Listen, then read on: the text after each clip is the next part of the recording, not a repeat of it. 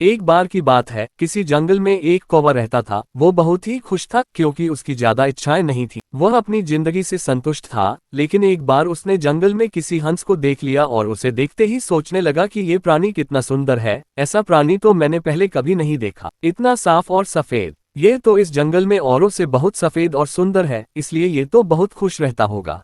कौवा हंस के पास गया और पूछा, भाई तुम इतने सुंदर हो, इसलिए तुम बहुत खुश होगे। इस पर हंस ने जवाब दिया, हाँ मैं पहले बहुत खुश रहता था, जब तक मैंने तोते को नहीं देखा था। उसे देखने के बाद से लगता है कि तोता धरती का सबसे सुंदर प्राणी है। हम दोनों के शरीर का तो एक ही रंग है, लेकिन तोते के शरीर पर दो दो रंग है। उसके गले में लाल रंग का घेरा और वो सूर्ख हरे रंग का था। सच में वो बेहद खूबसूरत था। अब कौवे ने सोचा कि हंस तो तोते को सबसे सुंदर बता रहा है, तो फिर उसे देखना होगा। कौवा तोते के पास गया और पूछा, भाई तुम दो दो रंग पाकर बड़े खुश होगे।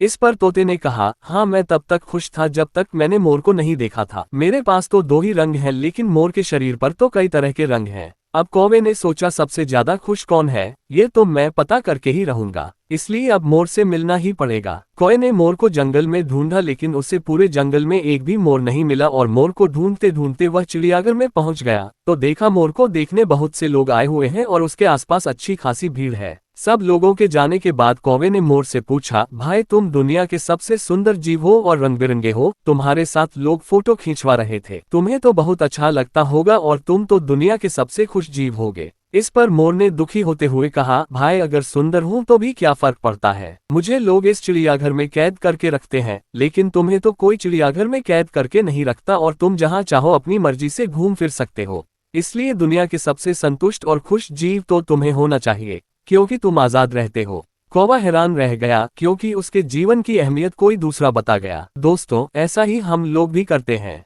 हम अपनी खुशियों और गुणों की तुलना दूसरों से करते हैं, ऐसे लोगों से जिनका रहन सहन का माहौल हमसे बिल्कुल अलग होता है। हमारी जिंदगी में बहुत सारी ऐसी चीजें होती हैं जो केवल हमारे पास है, लेकिन हम उसकी अहमियत समझकर खुश नहीं होते। लेकिन दूसरों की छोटी खुशी भी हमें बड़ी लगती है, जबकि हम अपनी बड़ी खुशियों को इग्नोर कर देते हैं।